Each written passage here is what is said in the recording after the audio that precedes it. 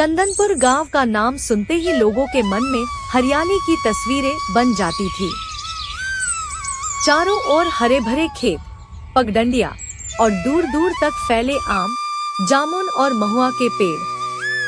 सुबह की पहली किरण जैसे ही आसमान पर सुनहरा रंग भरती, गांव में चहल पहल शुरू हो जाती। मंदिर की घंटियां बजने लगती, बच्चे स्कूल जाने की तैयारी में जुट जाते और औरतें कुएं से पानी भर लाती। गांव के एक कोने में मिट्टी और फूस से बनी एक झोपड़ी में रामदीन अपनी पत्नी गौरी और 9 साल के बेटे मोहन के साथ रहता था। झोपड़ी छोटी थी, बरसात में टपकती और सर्दियों में ठंडी हवा भीतर घुस आती, लेकिन इस घर में प्यार और ईमानदारी की गर्माहट हमेशा बनी रहती थी। रामदीन गांव का लकड़हारा था। वह रोज सुबह कुल्हाड़ी लेकर जंगल जाता, सूखी लकड़ियां काटता, उन्हें गट्ठर में बांधकर कंधे पर रखता और फिर गांव के बाजार में बेच देता। उसकी आमदनी बस इतनी होती कि किसी तरह पेट भर सके। गौरी गांव की बकरियों का दूध बेचकर थोड़ा पैसा कमा लेती। मोहन पढ़ाई में अच्छा था, लेकिन पैसों की तंगी के कारण सरकारी स्कूल में पढ़ता था। गांव के लोग रामदीन को उसकी ईमानदारी और सच्चाई के लिए जानते थे। वह कभी भी किसी का नुकसान नहीं करता और मेहनत से ही कमाता था। सर्दियों की ठंडी सुबह थी। आसमान में धुंध छाई हुई थी और खेतों पर ओस की बूंदें मोतियों की तरह चमक रही थी। गौरी ने चूल्हे पर रोटियां सेंकी और गुड़ के टुकड़े के साथ पोटली में बांध दी। गौरी, सुनो, आज जल्दी लौट आना, मौसम कुछ बदलता लग रहा है। रामदीन, हाँ गौरी, कोशिश करूंगा। बस लकड़ी भर जानी चाहिए, तभी बाजार में ठीक दाम मिलेंगे। रामदीन कुल्हाड़ी कंधे पर डालकर जंगल की ओर चल पड़ा।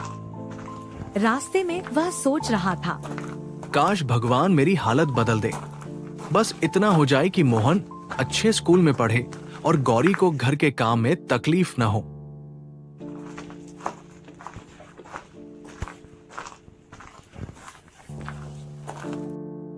जंगल में पहुंचकर उसने सूखी टहनियां काटनी शुरू की। ठंडी हवा पत्तों से टकराकर सन्नाटे में सरसराहट पैदा कर रही थी। दोपहर तक उसकी बोरी आधी ही भरी थी। खोजते खोजते रामदीन जंगल के उस हिस्से में पहुंच गया जहां वह पहले कभी नहीं गया था।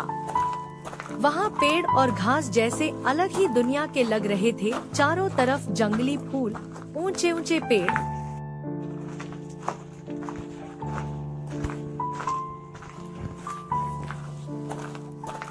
और बीच में एक पुराना कुआं।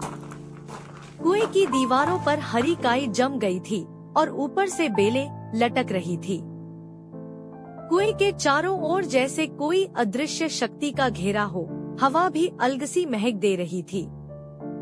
रामदीन, अरे, यहाँ तो बड़ा पुराना कुआं है, जरा पानी पी लेता हूँ।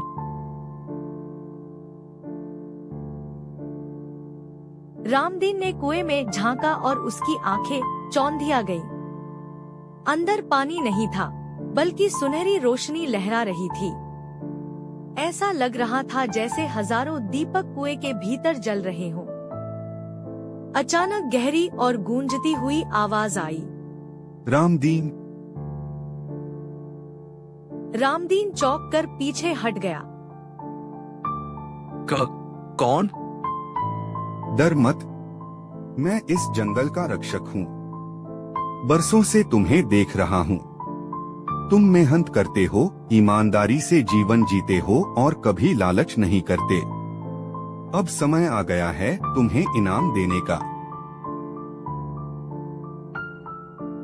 इनाम? किस बात का इनाम?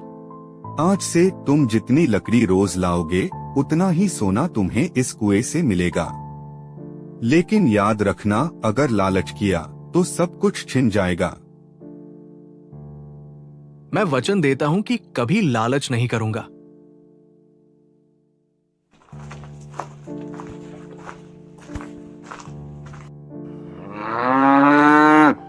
वरदान का पहला दिन। रामदीन ने जितनी लकड़ी काटी,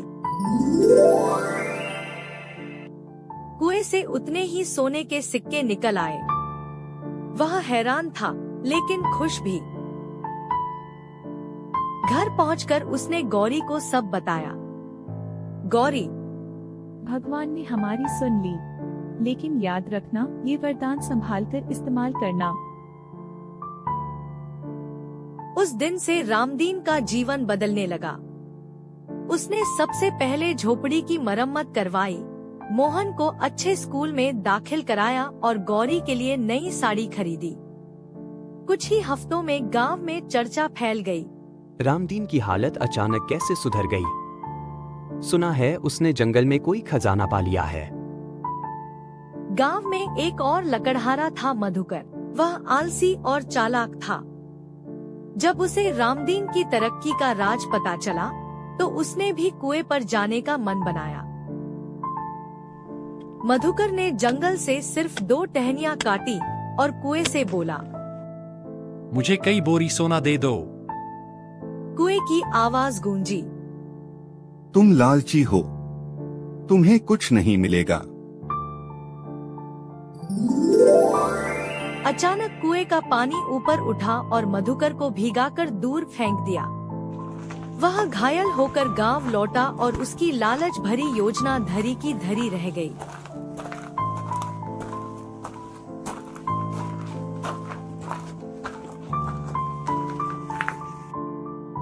रामदीन ने कभी जरूरत से ज्यादा सोना नहीं लिया।